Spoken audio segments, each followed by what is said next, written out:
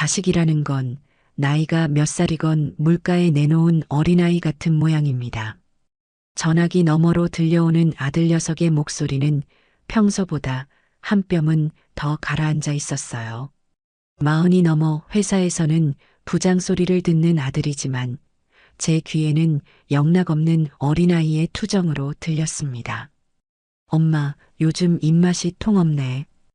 회사 일이 힘들어서 그런가. 뭘 먹어도 그냥 그렇고. 아이고, 우리 아들. 어쩌나? 뭐 맛있는 거라도 해서 보내줄까? 제 말에 아들은 잠시 머뭇거렸어요.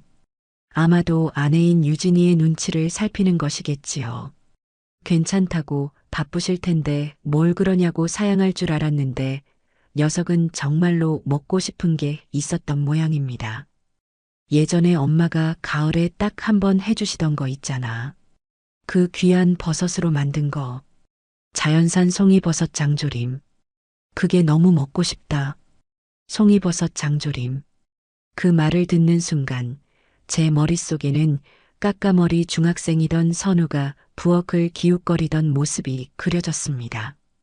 갓 지은 쌀밥 위에 검붉은 장조림 국물을 붓고 쫄깃한 버섯을 쭉 찢어 올려주면 세상 행복한 얼굴로 두 그릇을 뚝딱 비우던 내 자식.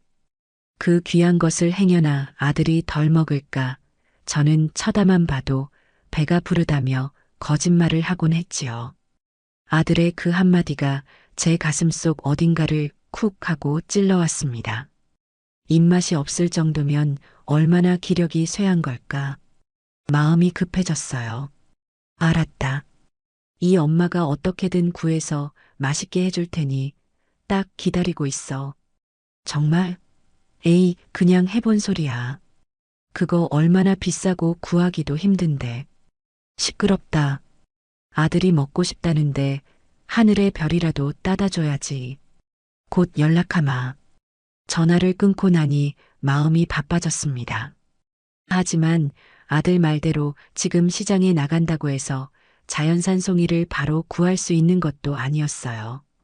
양식도 안 되는 그 귀한 버섯은 돈이 있다고 아무 때나 살 수 있는 물건이 아니니까요. 며칠을 수소문하며 애를 태우고 있는데 생각지도 못한 곳에서 길이 열렸습니다. 예전에 제가 시장 한쪽 귀퉁이에서 국밥 장사를 시작할 무렵 돈이 없어 끼니를 굶던 총각 하나에게 몇 달간 공짜로 밥을 먹여보낸 적이 있었어요. 그 총각이 지금은 강원도에서 꽤 큰 규모로 약초와 버섯을 다루는 유통업 사장이 되어 있었습니다. 제 소식을 어떻게 들었는지 그가 먼저 연락을 해왔습니다. 사장님, 저 영철입니다. 기억나세요? 시장 골목에서 국밥 얻어먹던. 아니, 자네가 영철이? 아이고, 이게 얼마만이야. 내가 기억을 왜 못해. 든든하게 성공했다는 소식은 들었네. 아주 장해. 다 사장님 덕분입니다. 그때 그 국밥 아니었으면 저는 아마 그렇게 한참이나 옛 이야기를 나누던 그가 조심스럽게 물었습니다. 근데 사장님, 요즘 자연산 송이 구하신다고 들었습니다. 혹시 무슨 일 있으신지요? 아, 그거. 우리 아들 녀석이 그게 먹고 싶다고 해서 기력이 좀 달리는 것 같아서 말이야. 제 말에 영철 씨는 잠시 말이 없다가 무릎을 탁 치는 소리와 함께 외쳤습니다. 역시 그러실 줄 알았습니다. 제가 올해 저희 거래처 중에서도 가장 귀한 분들께만 드리는 걸로 따로 빼놓은 게 있습니다. 마침 어제 새벽에 들어온 물건이라 향이 아주 기가 막힙니다. 제가 내일 아침 첫 차로 바로 댁으로 보내겠습니다. 아니, 자네 무슨 소리야. 그걸 내가 어떻게 받아. 돈 줄 테니 값만 알려줘. 사장님, 저한테 서운한 말씀 마십시오. 제가 사장님께 받은 은혜에 비하면 이건 아무것도 아닙니다. 그러니 그냥 아드님 맛있게 요리해 주시는 걸로 저한테 은혜 갚으시는 셈 치세요. 어찌나 완강한지 저는 고맙다는 말만 수십 번 반복하고 전화를 끊을 수밖에 없었습니다. 다음 날 새벽 정말로 집 앞으로 냉동 탑차가 한 대 도착했어요. 조심스럽게 열어본 아이스박스 안에는 신문지에 고이 쌓인 제 팔뚝만한 자연산 송이버섯들이 가득 들어 있었습니다. 박스를 여는 순간 코끝을 찌르는 깊고 진한 흙냄새와 소량기에 정신이 아득해질 지경이었어요. 값을 매길 수 없는 귀한 선물이었습니다. 그날부터 저는 온 마음을 다해 아들을 위한 음식을 준비하기 시작했습니다. 송이는 행여나 향이 날아갈까 흐르는 물에 살살 씻어 흙만 털어내고 결대로 쭉쭉 찢었습니다. 가장 좋은 부위의 한우 홍두깨살을 덩어리째 구해다 핏물을 빼고 짜지 않은 시간장에 배와 양파를 갈아 넣어 달큼한 맛을 냈지요. 커다란 솥에 고기와 양념을 넣고 푹 익히다가 마지막에 송이를 넣어 향만 살짝 입혀냈습니다. 온 집안에 퍼지는 향긋하고 달큼한 냄새에 벌써부터 아들이 밥 2그릇을 비울 생각에 웃음이 났습니다. 송이 장조림만으로는 부족했어요. 아들이 좋아하는 매콤한 코다리 조림도 하고 손주들이 잘 먹는 달걀말이와 어묵볶음도 만들었습니다. 며느리가 혹시나 좋아할까 싶어 제철 나물을 3가지나 무쳐냈지요. 그렇게 반찬통을 채우고 또 채우다 보니 커다란 김치통으로 무려 5개가 꽉 찼습니다. 이걸 어떻게 다 들고 가나 잠시 걱정이 들었지만 마음만은 날아갈 듯 가벼웠습니다. 자식 먹일 생각에 힘든 줄 모르는 게 어미의 마음인가 봅니다. 동이 트자마자 저는 그 무거운 짐들을 바리바리 챙겨 들고 서울 남부터미널로 향하는 첫 차에 몸을 실었습니다. 버스에 앉아 차창 밖으로 스쳐 지나가는 풍경을 보는데 하나도 지루하지가 않았습니다. 아들 녀석이 어릴 적 시장에서 장사를 마치고 돌아오면 엄마 하고 달려와 제 품에 안기던 모습, 대학교 합격증을 들고 와 덩실덩실 춤을 추던 모습, 그리고 며느리를 처음 데리고 와 수줍게 웃던 모습까지 제 인생의 모든 기쁜 순간에는 선우가 있었습니다. 선우가 결혼하고 아이를 낳은 뒤 저는 평생 모은 돈을 탈탈 털어 서울에서도 가장 비싸다는 동네에 펜트하우스 한 채를 사주었습니다. 시장 바닥에 쪼그려 앉아 국밥 한 그릇에 500원씩 받으며 악착같이 모은 제 땀과 눈물이 고스란히 담긴 돈이었어요. 사람들이 미쳤다고 했지만 저는 조금도 아깝지 않았습니다. 내 아들, 내 손주들이 어디 가서 기죽지 않고 세상 가장 좋은 곳에서 떵떵거리며 살게 해주고 싶었습니다. 그 집은 제 인생의 자부심이자 아들을 위한 제 사랑의 성전과도 같은 곳이었지요. 4시간이 어떻게 흘렀는지도 모르게 버스는 서울에 도착했습니다. 택시를 타고 낯익은 아파트 단지로 들어서는 제 심장은 기대감으로 두근거렸어요. 웅장한 아파트 건물을 보니 저절로 어깨가 으쓱해졌습니다. 저기 저 꼭대기가 우리 아들 집이다. 세상에 대고 자랑이라도 하고 싶은 심정이었습니다. 1층 로비에서 호출 버튼을 눌렀습니다. 딩동하는 소리가 울리고 잠시 뒤 인터폰 화면에 며느리 유진이의 얼굴이 나타났습니다. 집에서 입는 옷인데도 비단으로 만든 것처럼 반질반질 윤이 나고 머리도 방금 미용실에 다녀온 사람처럼 단정했어요. 역시 내 며느리는 어디서나 품위가 있구나. 속으로 흐뭇해하며 손을 흔들었습니다. 유진아, 나다. 엄마 왔다. 그런데 며느리의 표정이 이상했습니다. 반가워하기는커녕 마치 봐서는 안 될 것을 본 사람처럼 미간을 살짝 찌푸렸어요. 어머니, 웬일이세요? 연락도 없이 오셨어요? 목소리에는 반가움 대신 당혹스러움과 약간의 짜증이 섞여 있었습니다. 문 너머로 희미하게 다른 사람들의 웃음소리와 잔이 부딪히는 소리가 들려왔어요. 손님이 와 있는 모양이었습니다. 응, 우리 선우가 먹고 싶다는 게 있어서 내가 직접 좀 해왔다. 이거 전부 우리 선우 먹일 거다. 문 좀 열어줘. 제 말이 끝나기도 전에 며느리는 인터폰 화면 속에서 질색하는 표정을 지었습니다.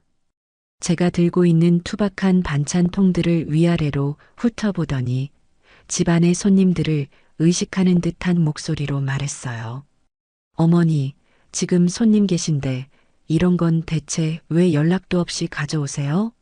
그리고 요즘 세상에 이런 걸 누가 먹어요? 백화점 가면 다 있는데. 순간 제 귀를 의심했습니다. 세상에 이런 걸 누가 먹냐니. 네 남편이 내 아들이 먹고 싶다고 해서 밤새 만든 음식이었다. 백화점 가면 다 있다니. 이 어미의 정성과 사랑도 돈으로 살 수 있는 물건이었단 말인가. 머릿속이 새하얗게 비는 것 같았습니다. 아니, 유진아. 그게 무슨 말이니? 우리 선우가 먹고 싶다고 해서. 아, 됐고요. 곤란하니까 다음에 오세요. 경비실에 맡기시든가 알아서 하세요.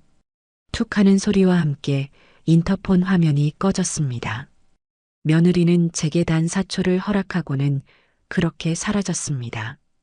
4시간을 달려온 내 정성은 4초 만에 모멸감으로 돌아왔어요.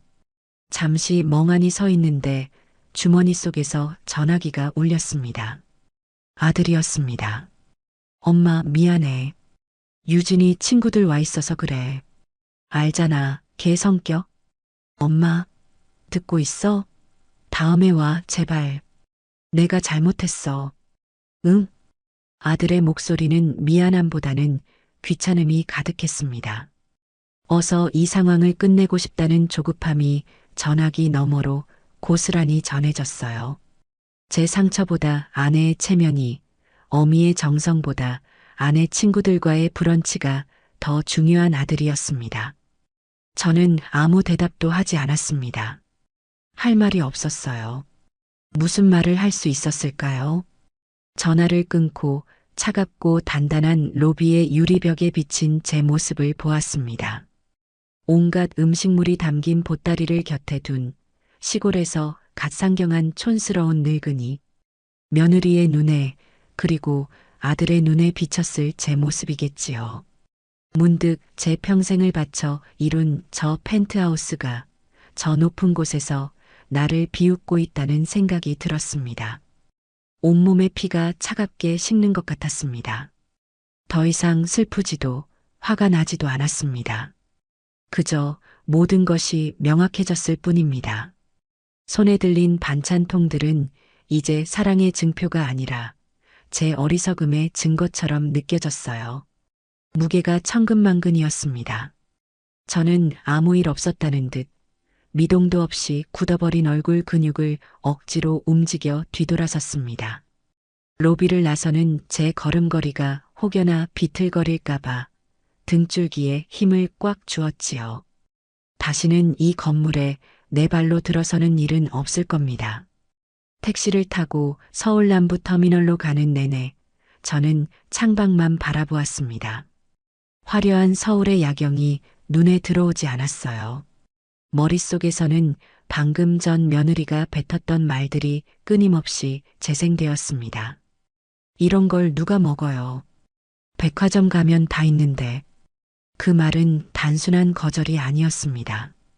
그것은 제가 살아온 수십 년의 세월에 대한 부정이었고 제 사랑의 방식에 대한 경멸이었어요. 시장 바닥에서 닳고 다른 내 손, 국밥 국물을 우리느라 밤을 새웠던 내 시간, 아들 하나 잘 키워보겠다고 악착같이 버텨온 내 인생이 백화점 진열대에 번쩍이는 상품보다 못하다는 선고나 다름없었습니다. 터미널 대합실은 늦은 시간인데도 사람들로 북적였습니다. 저는 구석진 자리에 낡은 플라스틱 의자에 앉아 곁에 내려놓은 반찬통들을 물끄러미 바라보았어요. 뚜껑 위로 물방울이 송골송골 맺혀 있었습니다. 따뜻했던 음식들이 차갑게 식어가고 있었지요. 마치 제 마음처럼 말입니다. 더는 눈물이 나지 않았습니다. 눈물조차 사치라는 생각이 들었어요. 대신 가슴속 깊은 곳에서부터 차갑고 단단한 무언가가 천천히 차오르는 것이 느껴졌습니다. 그것은 슬픔이 아니었어요. 분노라고 하기에도 뭔가 달랐습니다. 그건 결심이었습니다. 저는 주머니에서 전화기를 꺼내 액정을 켰습니다. 수많은 이름 중에 제 인생의 고비마다 묵묵히 곁을 지켜주었던 한 사람의 이름을 찾아 눌렀어요. 부동산을 하는 김민건 사장. 저와는 시장에서부터 함께 고생하며 오누이처럼 지낸 사이입니다. 신호음이 몇 번 울리지 않아 잠이 덜 깬 목소리가 들려왔습니다. 여보세요? 나다. 조은순. 아이고, 누님. 이 시간에 웬일이세요? 별일 없으시죠? 걱정이 가득한 그의 목소리에 잠시 마음이 흔들릴 뻔했지만 저는 곧 마음을 다잡았습니다. 민건아, 너 내 말 잘 들어. 지금부터 내가 하는 말 농담 아니다. 제 목소리가 평소와 다르다는 걸 그도 느꼈을 겁니다. 전화기 너머로 그가 자세를 바로잡는 소리가 들리는 듯 했어요. 저는 침을 한번 꿀꺽 삼키고 제 인생을 뒤흔들 한마디를 내뱉었습니다. 강남에 있는 내 펜트하우스? 그거 팔아줘. 네. 누님, 지금 뭐라고 하셨어요? 제가 잘못 들었나? 아니, 똑똑히 들었어. 내 이름으로 된 그 집, 당장 팔아달라고. 최대한 빨리. 시장에 내놓을 수 있는 가장 빠른 절차로 진행해줘. 김 사장은 한동안 말이 없었습니다. 그 집이 저에게 어떤 의미인지 그 누구보다 잘 아는 사람이었으니까요. 제가 그 집을 사기 위해 얼마나 오랜 세월을 맨발로 뛰어다녔는지, 계약서에 도장을 찍던 날 얼마나 아이처럼 펑펑 울었는지 모두 지켜본 사람이었습니다. 누님, 혹시 선우하고 무슨 일 있으셨어요? 부부싸움은 칼로 물베기라는데 어른이 좀 참으셔야. 그런 거 아니다. 이건 내 결정이야. 그러니 너는 그냥 내가 시키는 대로만 해. 값을 좀 덜 받더라도 상관없어. 무조건 빨리 처분하는 게 중요해. 할 수 있겠니? 제 목소리에는 한치의 망설임도 없었습니다. 김 사장은 제 결심이 얼마나 확고한지 깨달았는지 길게 한숨을 내쉬었습니다. 알겠습니다, 누님. 일단 내일 아침에 제가 서류부터 확인하고 바로 진행하겠습니다. 그런데 누님, 정말 후회 안 하시겠어요? 그 집, 누님 평생이 담긴 집이잖아요. 후회? 후회는 지금 이 순간에도 내 집 문을 걸어 잠그고 있는 내 아들놈이 하게 될 거다. 나는 내 인생을 되찾는 것뿐이야. 전화를 끊고 저는 자판기에서 뜨거운 커피를 한 잔 뽑아 들었습니다. 쓰고 뜨거운 액체가 목구멍을 타고 넘어가는 동안 제 눈앞으로는 수십 년의 세월이 스쳐 지나갔습니다.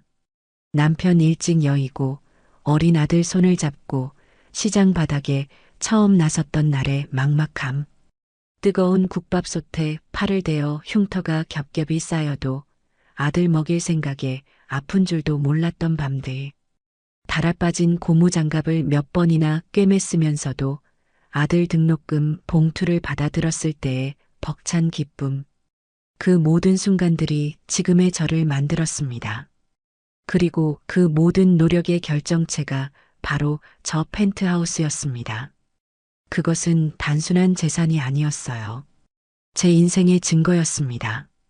그런데 이제 와서 내 자식이, 내 며느리가 그 증거를 부끄러워하고 경멸했습니다. 그렇다면 더는 그들에게 그 증거를 누릴 자격을 줄 수 없다는 생각이 들었어요. 돌아오는 버스 안에서 저는 잠 한숨 자지 않았습니다. 차창에 비친 제 얼굴은 놀랄 만큼 평온했습니다. 눈물도 분노도 모두 사라진 얼굴. 모든 것을 체념한 사람의 얼굴이면서도 동시에 모든 것을 새로 시작하려는 사람의 얼굴이었습니다. 집에 도착하자마자 김 사장에게서 전화가 왔습니다.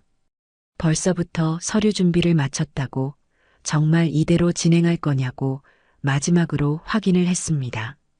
저는 창고 깊숙한 곳에 넣어두었던 집문서와 제 인감도장을 꺼내 상위에 올려놓았어요. 먼지를 닦아낸 서류에는 제 이름 석자가 선명하게 박혀 있었습니다. 응, 바로 진행해. 그리고 매수인이 나타나면 내가 직접 계약할 거야. 다음 날 오후 김 사장이 직접 저희 집으로 찾아왔습니다. 그는 제 얼굴을 보자마자 누님, 밤새 한숨도 못 주무셨죠? 얼굴이 반쪽이 되셨네요 라며 안타까워했습니다. 아니다. 아주 편하게 잘 잤다. 이렇게 마음이 후련한 게 얼마만인지 모르겠다. 저는 웃으며 말했지만 김 사장은 믿지 않는 눈치였습니다. 그는 제가 내민 서류들을 한참이나 말없이 뒤적이다가 무거운 입을 열었습니다.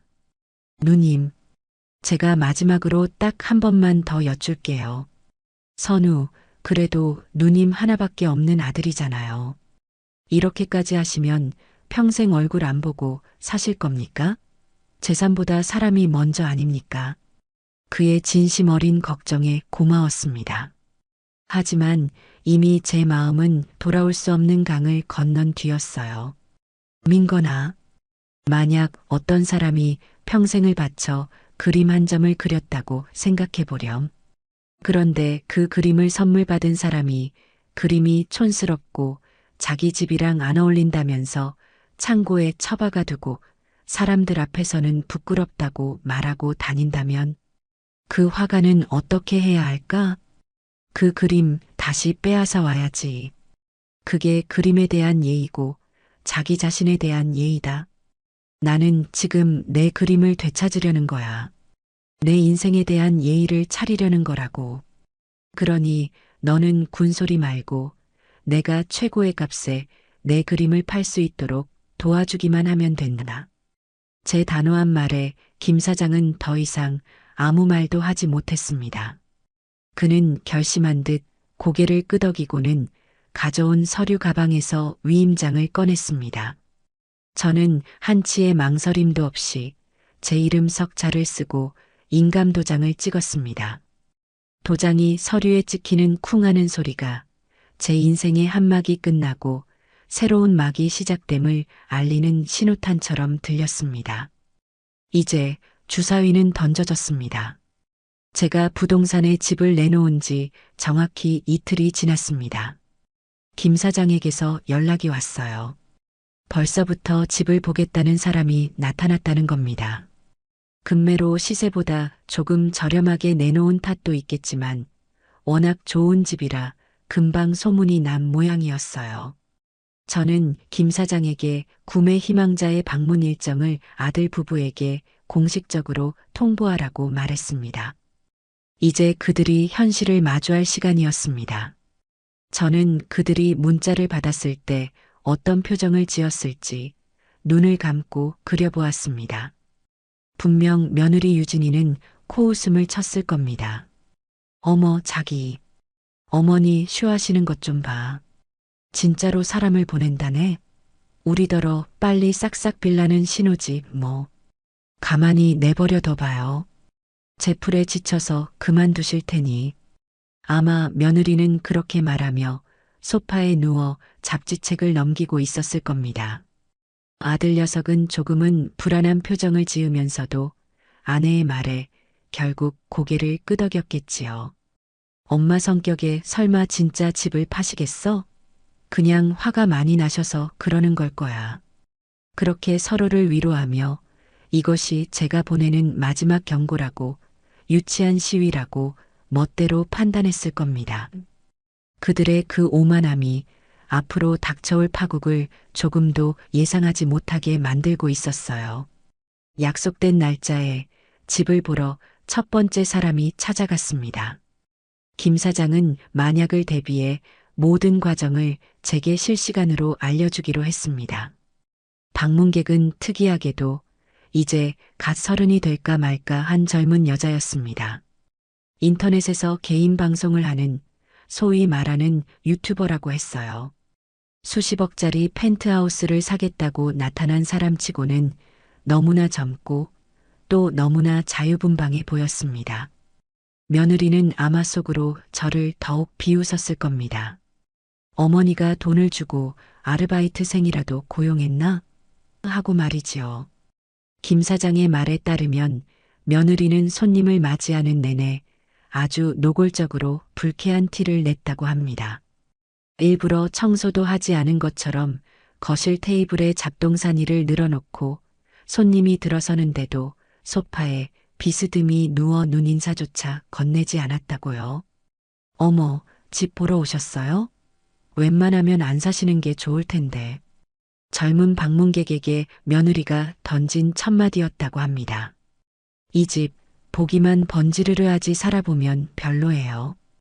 위층은 맨날 쿵쿵거려서 시끄럽고 수도에서는 녹물이 나올 때도 있고요. 무엇보다 집터의 기운이 안 좋아서 그런가 하는 일마다 잘 안 풀리더라고요. 어떻게든 거래를 망치려는 속셈이 뻔히 보이는 말이었습니다. 자신의 얼굴에 침을 뱉는 줄도 모르고 자기가 사는 집을 저렇게 깎아내리다니 기가 막힐 노릇이었어요. 그런데 그 젊은 유튜버의 반응이 예상 밖이었습니다. 그녀는 며느리의 말을 듣고 인상을 쓰기는커녕 오히려 눈을 반짝이며 스마트폰을 꺼내 들었다고 합니다. 와, 진짜요? 대박. 여기 혹시 촬영 좀 해도 돼요? 이런 스토리가 있어야 집도 더 재밌어지거든요. 흉가 전문 유튜버가 매입한 강남 펜트하우스의 비밀.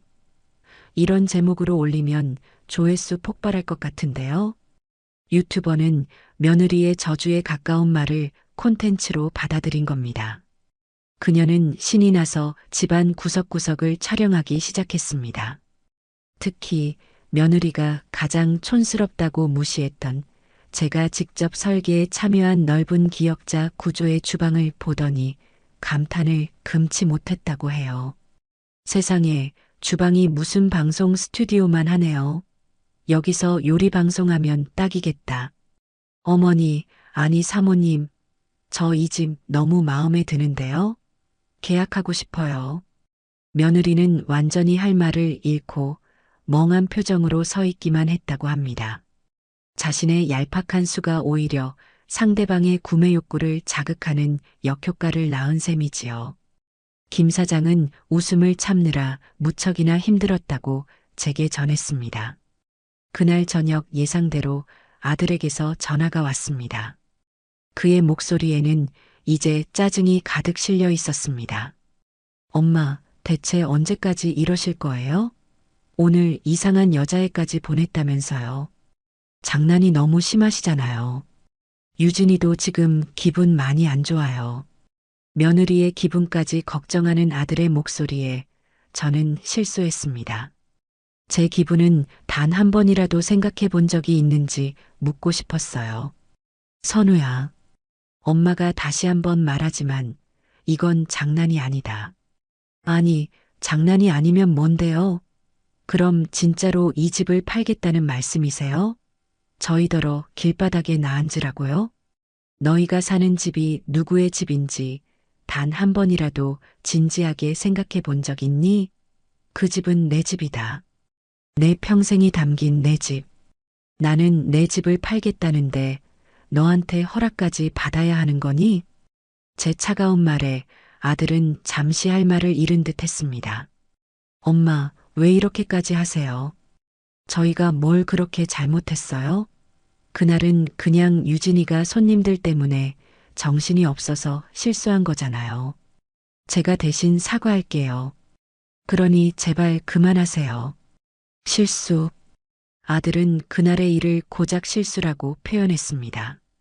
며느리의 체면을 위해 제 어미의 가슴에 대못을 박은 일이 그저 정신이 없어서 저지른 작은 실수일 뿐이라는 겁니다. 더는 대화를 이어나갈 가치를 느끼지 못했습니다. 네 잘못이 뭔지 아직도 모르는구나. 됐다. 더는 전화하지 마라. 다음에는 법원에서 보게 될 테니. 저는 그 말을 끝으로 전화를 끊었습니다.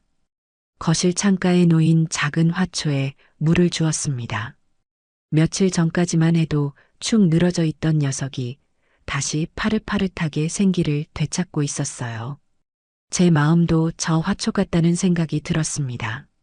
아들 내외라는 그늘에 가려 시들어가고 있었는데 이제라도 햇볕을 향해 다시 고개를 들고 있었습니다. 그들은 아직도 깨닫지 못하고 있었습니다. 이것은 결코 장난이 아니라는 사실을 말입니다.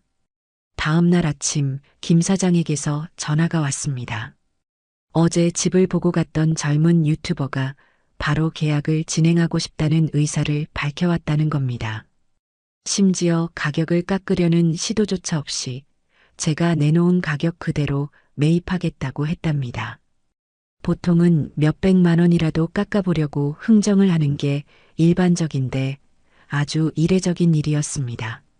누님, 아무래도 그 유튜버 아가씨가 이 집에 얽힌 사연 자체를 마음에 들어 하는 것 같습니다. 자기가 이 집에 들어와서 좋은 기운으로 바꿔놓는 과정을 전부 방송으로 만들고 싶어 하더라고요. 그리고 주방이 넓어서 스튜디오로 쓰기에도 안성맞춤이라고 하고요.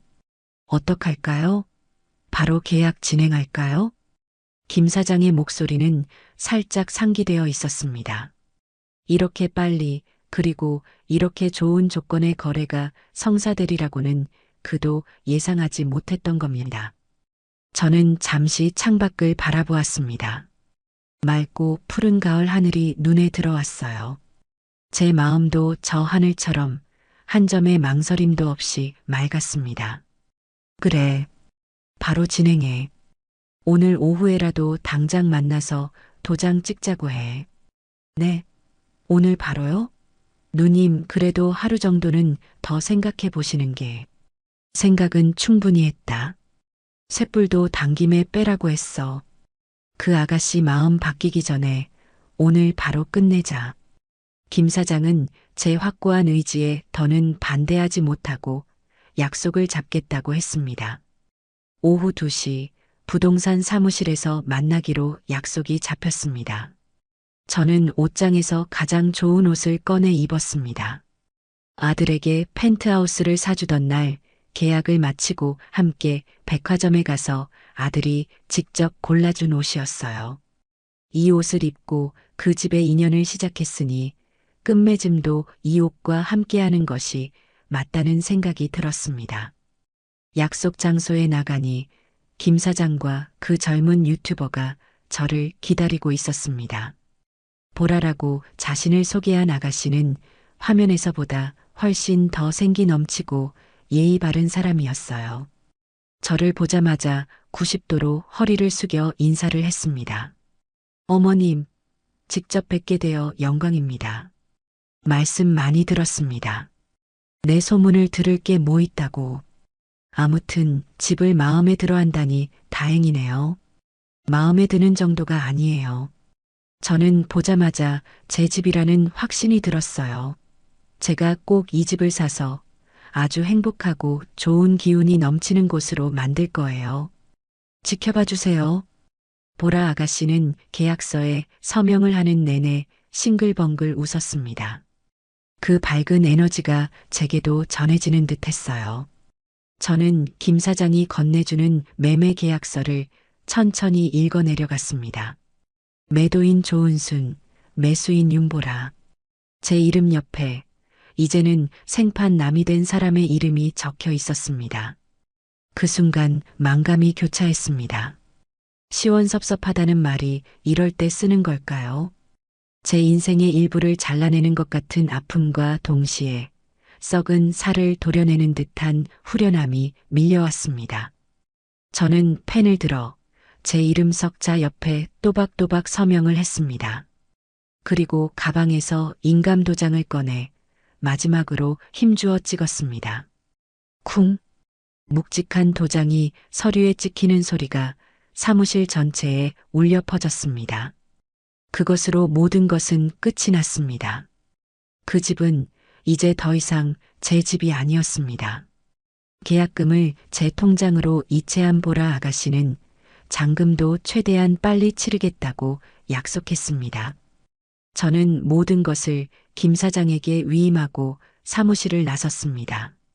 밖으로 나오자 눈부신 햇살이 제 얼굴 위로 쏟아졌습니다. 길고 길었던 터널의 끝에 다다른 기분이었습니다. 그날 저녁 저는 혼자서 조촐한 저녁상을 차렸습니다. 아들에게 가져다 주려다 차갑게 식어버렸던 그 반찬들이 아니었습니다. 저 자신을 위해 새로 지은 따뜻한 밥과 뜨끈한 된장찌개를 끓였어요. 막 밥을 한술 뜨려는데 전화기가 미친 듯이 울리기 시작했습니다. 발신자는 내 아들이었습니다. 받지 않았습니다. 받아서 무슨 말을 하겠습니까? 전화는 끊어질 줄을 모르고 계속해서 울렸습니다. 10번, 20번. 저는 식사를 하는 내내 그 소리를 모른 척 했습니다. 끈질긴 벨소리가 그치고 잠시 뒤 문자가 여러 통 도착했습니다.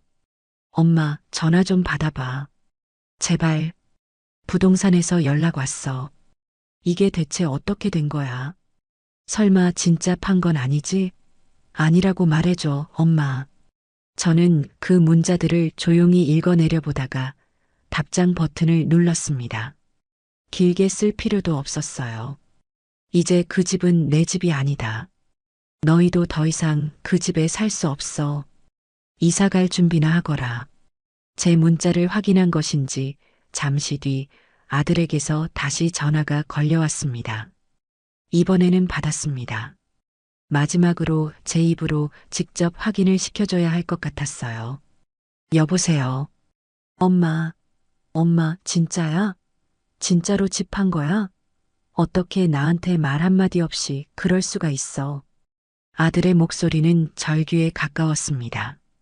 다급함과 원망, 그리고 믿을 수 없다는 충격이 뒤섞여 있었어요. 내가 왜 너한테 말을 해야 하지? 내 집을 내가 팔겠다는데. 그래도 우리가 살고 있는 집이잖아. 어떻게 이럴 수가 있어. 엄마, 제발. 계약 취소해줘. 위약금은 내가 어떻게든 물어줄게. 응? 제발. 아들은 울먹이고 있었습니다.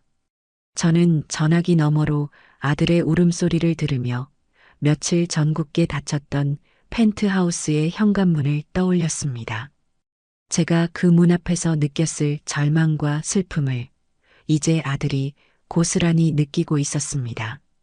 선우야, 사초였다. 뭐라고 엄마? 너희가 나를 내치는데 걸린 시간 말이다. 4시간을 달려온 어미를 너희는 단 4초 만에 문전박대했다. 나는 며칠 밤낮을 고민하고 내린 결정이다. 이제 와서 되돌릴 수는 없어. 이건 너희가 자초한 일이야.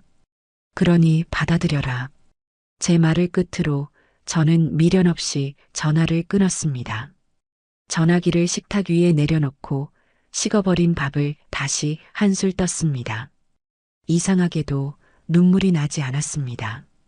오히려 평생을 짓누르던 무거운 짐을 내려놓은 것처럼 마음이 가벼웠습니다. 제 통장에 찍힌 수십억의 돈 때문이 아니었습니다. 드디어 제 인생의 주인이 된 것 같은 기분, 더는 자식의 눈치를 보며 제 마음을 속이지 않아도 된다는 해방감 때문이었을 겁니다. 이제부터는 오롯이 나 조은순의 인생을 살아가면 되는 것입니다. 그 생각에 밥이 달게 느껴졌습니다. 잔금까지 모두 치러지고 펜트하우스의 소유권이 완전히 넘어갔다는 연락을 김 사장에게서 받았습니다. 이제 법적으로도 실질적으로도 그 집은 더 이상 나와 아무런 관련이 없는 공간이 되었습니다. 아들 부부가 집을 비우기로 약속한 날, 저는 일부러 제 집의 창문을 모두 열고 대청소를 했습니다. 묵은 먼지를 털어내며 제 마음속에 남은 마지막 미련 한 점까지 모두 털어내고 싶었습니다. 그들이 어떻게 짐을 싸서 나갔는지 저는 직접 보지 않았습니다. 보고 싶지도 않았어요. 하지만 며칠 뒤 김 사장이 답답한 마음에 저를 찾아와 그날의 풍경을 전해주었습니다. 누님, 제가 이삿짐 센터 사람들도 아니고 남의 이사하는 집에 가본 건 처음입니다. 그런데 도저히 걱정이 돼서 안 가볼 수가 있어야지요.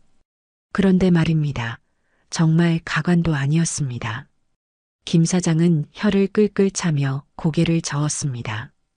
그의 말에 따르면 그날 펜트하우스 앞에는 이삿짐 트럭이 2대나 와 있었다고 합니다. 그런데도 짐이 다 실리지 않았다고 해요. 며느리인 유진이가 사들인 명품 가방과 옷, 구두, 그리고 이름도 모를 비싼 그릇과 장식품들이 끝도 없이 나왔다고 합니다. 이삿짐 센터 직원들은 이거 다 어디로 가져가면 됩니까? 하고 묻는데 며느리는 어떻게든 다 넣어봐요. 하나라도 흠집 나면 책임질 줄 알아요.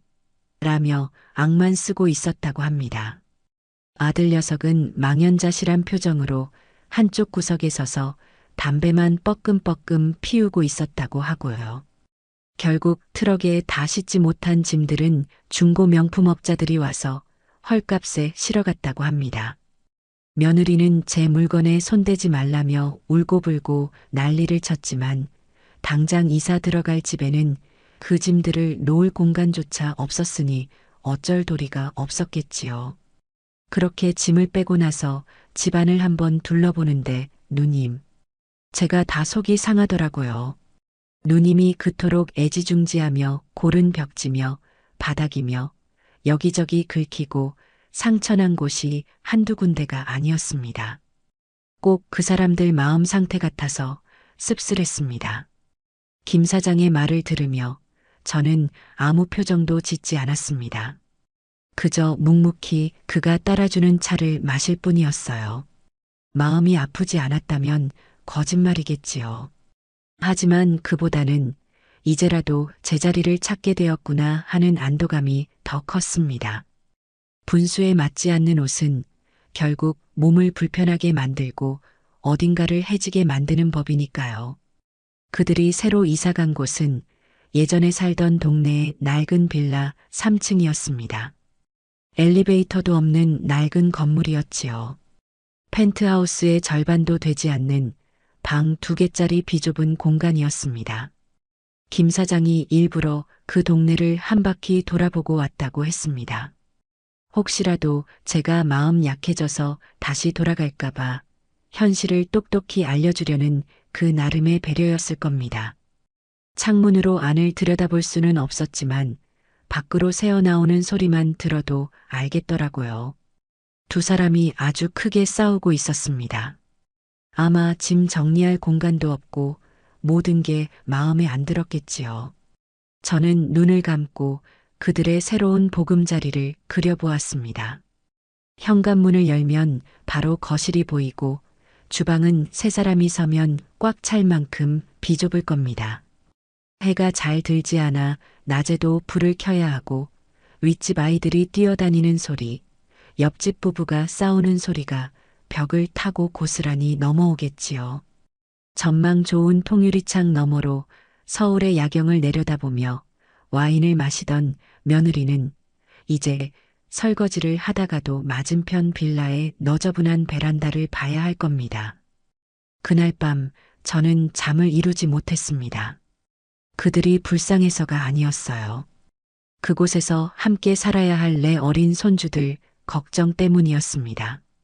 펜트하우스에는 아이들 각자의 방이 있었습니다. 제가 직접 친환경 벽지를 고르고 아이들이 좋아하는 캐릭터로 방을 꾸며주었지요. 책상이며 침대며 모두 최고급으로만 넣어주었습니다. 하지만 이제 그 모든 것을 잃고 어쩌면 오빠와 동생이 한 방을 쓰며 지내야 할지도 모릅니다. 저는 상상했습니다. 집으로 돌아온 아들과 며느리가 좁아터진 거실의 산더미처럼 쌓인 이삿짐 앞에서 서로를 어떻게 원망하고 있을지를요. 이게 다 뭐하는 짓이야. 이 많은 짐들을 어디다 두라는 거야. 그럼 어떡해. 당신 어머니가 하루아침에 우리를 길바닥으로 내쫓았는데 당신이 중간에서 똑바로 처신했으면 이런 일도 없었어. 내가 뭘, 너가 그날 엄마한테 조금만 상냥하게 했어도 일이 이렇게까지 되지는 않았을 거 아니야. 네 허영심 때문에 우리가 지금 이 꼴이 된 거라고. 뭐? 허영심? 당신은 내 덕에 그동안 사람들 앞에서 어깨 펴고 다녔던 거 벌써 잊었어? 내가 어떻게 당신 친구들 아내까지 챙겨가면서 네 체면 세워줬는데. 아마도 이런 식의 대화가 오갔을 겁니다. 서로의 상처를 보듬어 주기보다는 날카로운 말로 서로를 핥히며 책임을 떠넘기고 있었겠지요. 그리고 그 모든 것을 방 한구석에서 어린 손주들이 겁에 질린 눈으로 지켜보고 있을 거라 생각하니 가슴이 미어졌습니다. 아이들은 무슨 죄가 있을까요? 부모의 어리석음 때문에 가장 큰 상처를 받는 것은 언제나 아이들이었습니다. 다음 날 아침 저는 자리에서 일어났습니다. 손주들에 대한 걱정은 잠시 접어두기로 했어요. 제가 지금 그들을 위해 할 수 있는 일은 아무것도 없었습니다. 그들이 스스로의 잘못을 깨닫고 스스로의 힘으로 일어서기 전까지는요. 제가 해야 할 일은 이제 저 자신을 위해 새로운 삶을 시작하는 것이었습니다. 제 인생에 대한 예의를 차리는 것. 그 시작은 바로 제 땀의 대가인 돈을 가장 의미 있는 곳에 쓰는 것이었습니다. 세상에서 가장 빠른 것은 입소문이라고 하던가요. 아들 부부가 펜트하우스에서 쫓겨나 낡은 빌라로 이사했다는 소문은 며느리가 그토록 중요하게 생각하던 사교계를 중심으로 삽시간에 퍼져나갔습니다. 물론 그 소문은 며느리에게 결코 동정적이지 않았습니다. 제가 김 사장에게서 전해 들은 이야기는 한 편의 저질 막장 드라마나 다름없었습니다. 누님, 소문이 아주 재미있게 났습니다. 그냥 쫓겨난 게 아니라 며느리가 시어머니의 정성을 무시하고 문전박대했다는 그날의 사건이 아주 상세하게 퍼졌더라고요. 아마 그 자리에 있던 며느리 친구 중 누군가가 말을 옮긴 모양입니다. 며느리와 함께 브런치를 즐기던 그 친구들이 뒤에서는 가장 신나게 며느리의 험담을 하고 다닌다는 이야기였습니다. 그들은 카페에 모여 앉아 마치 자기가 그 현장에 있었던 것처럼 과장하고 살을 붙여가며 며느리를 조롱거리로 만들고 있었습니다. 유진이 걔 원래부터 분수에 안 맞게 너무 나대는 것 같지 않았어? 시어머니가 사준 집에 살면서 자기가 뭐라도 되는 것처럼 행동하더니 꼴 좋다 정말. 그러게 말이야. 그날 시어머니가 가져오셨다는 그 송이버섯 장조림. 그거 진짜 귀한 거라는데. 그걸 촌스럽다고 무시했다니 머리가 어떻게 된 거 아니야? 이제 걔도 우리 모임에 못 나오겠네. 낡은 빌라 사는 애랑 우리가 어떻게 어울려. 격이 안 맞잖아. 며느리가 그토록 지키고 싶어 했던 품위와 격은 그녀의 가장 가까운 친구들에 의해 처참하게 짓밟히고 있었습니다. 그녀가 공들여 쌓아 올린 사교계의 여왕이라는 허상은 모래성처럼 허무하게 무너져 내렸습니다. 그 소식을 전해 듣는 제 마음이 편치만은 않았습니다. 며느리가 밉기는 했지만 저렇게까지 비참해지는 걸 바란 것은 아니었어요. 하지만 이 또한 그녀가 스스로 만든 결과물이니 온전히 감당해야 할 몫이었습니다. 문제는 아들이었습니다. 며느리뿐만 아니라 아들 녀석의 회사 생활도 엉망이 되어가고 있다는 소식이 들려왔습니다. 대기업이라는 곳이 의외로 소문이 빠른 곳입니다. 능력 있는 부장으로 알려졌던 아들은 하루아침에 어머니 돈으로 호의호식하다가 인성 문제로 쫓겨난 아들이 되어 있었습니다. 선우, 요즘 회사에서 완전히 투명 인간 취급받는답니다. 다들 앞에서 말은 안 해도 뒤에서 수군거리는 게 눈에 보이니까요. 이번에 승진 명단 발표가 있었는데 당연히 될 줄 알았던 선우 이름만 쏙 빠졌다고 합니다. 스트레스가 이만저만이 아닌지 얼굴이 아주 까맣게 죽어 있다고 하더라고요. 김 사장의 지인 중에 아들과 같은 회사에 다니는 사람이 있어 아들의 근황을 어렵지 않게 들을 수 있었습니다. 저는 그 말을 듣고 가슴 한쪽이 아려왔습니다. 제가 바란 것은 아들이 정신을 차리고 가장으로서 바로 서는 것이었지, 이렇게 사회적으로 매장당하는 것이 아니었습니다. 하지만 한편으로는 이런 생각도 들었어요. 저 녀석은 한 번도 자기 힘으로 서본 적이 없구나. 제 돈으로 사준 집, 제 이름값으로 얻은 신뢰. 그 모든 것이 사라지자 녀석은 아무것도 아닌 존재가 되어버린 겁니다. 이번 기회에 뼈저리게 깨달아야 했습니다. 진짜 자기 것은 자기 발으로 일어서서 땀 흘려 얻은 것뿐이라는 사실을 말입니다. 그렇게 외부의 평판이 무너지자 예상대로 두 사람의 관계는 최악으로 치달았습니다. 이제는 단순히 말로 싸우는 수준을 넘어선 모양이었습니다. 어느 날 밤 저는 경찰서에서 전화를 한 통 받았습니다. 아들 부부가 사는 빌라에서 가정불화로 신고가 들어왔다는 겁니다. 조은순 씨 되십니까? 아드님 김선우 씨와 며느님 최유진 씨 보호자 맞으시죠? 두 분이 다툼이 좀 심하셔서 지금 두 분 다 파출소에 와 계십니다. 오셔서 신원 보증 좀 서주셔야겠습니다. 저는 심장이 덜컥 내려앉는 것 같았습니다. 올 것이 왔구나 싶었어요. 한밤중에 택시를 잡아 타고 파출소로 달려갔습니다. 파출소 안의 풍경은 처참했습니다. 아들은 술에 취해 횡설수설하고 있었고 며느리는 머리가 헝클어진 채 얼굴 한쪽에 붉은 손자국을 달고 있었습니다. 서로를 잡아먹을 듯이 노려보는 두 사람의 눈에는 한때 사랑했던 감정은 온데간데 없고 지독한 증오와 원망만이 가득했습니다. 너 때문이야. 너만 아니었으면 내가 이런 수모를 당하지 않아도 됐어. 뭐, 이 인간이 정말 술 마시고 나한테 손찌검까지 해? 너야말로 가장 노릇도 제대로 못하면서 어디서 큰 소리야. 경찰관들 앞에서까지 서로에게 고함을 지르는 모습에 저는 차마 고개를 들 수가 없었습니다. 조용히 다가가 며느리의 앞을 막아서며 말했습니다. 그만해라. 두 사람 다. 이 밤중에 동네 사람들 잠 못 자게 이게 무슨 추태냐. 제 목소리를 들은 두 사람은 순간 얼어붙었습니다. 저를 보자 며느리는 갑자기 서러움이 북받쳤는지 그 자리에 주저앉아 엉엉 울기 시작했습니다. 아들은 고개를 푹 숙인 채 아무 말도 하지 못했어요. 저는 경찰관에게 머리를 숙여 사과하고 겨우 두 사람을 데리고 나올 수 있었습니다. 집으로 돌아오는 차 안에서 세 사람 모두 아무 말도 하지 않았습니다. 그 침묵이 천근만근의 무게로 저를 짓눌렀습니다. 뿌린 대로 거둔다는 옛말이 어찌 이리도 아프게 와닿는지 모르겠습니다. 저는 그들이 뿌린 씨앗의 결과를 그저 묵묵히 함께 거두어주고 있었습니다. 아들 내외가 파출소까지 다녀온 그날 이후 저는 며칠 밤낮을 고민에 빠졌습니다. 통장에 찍힌 수십억의 돈은 제게 아무런 기쁨도 위안도 되지 못했어요.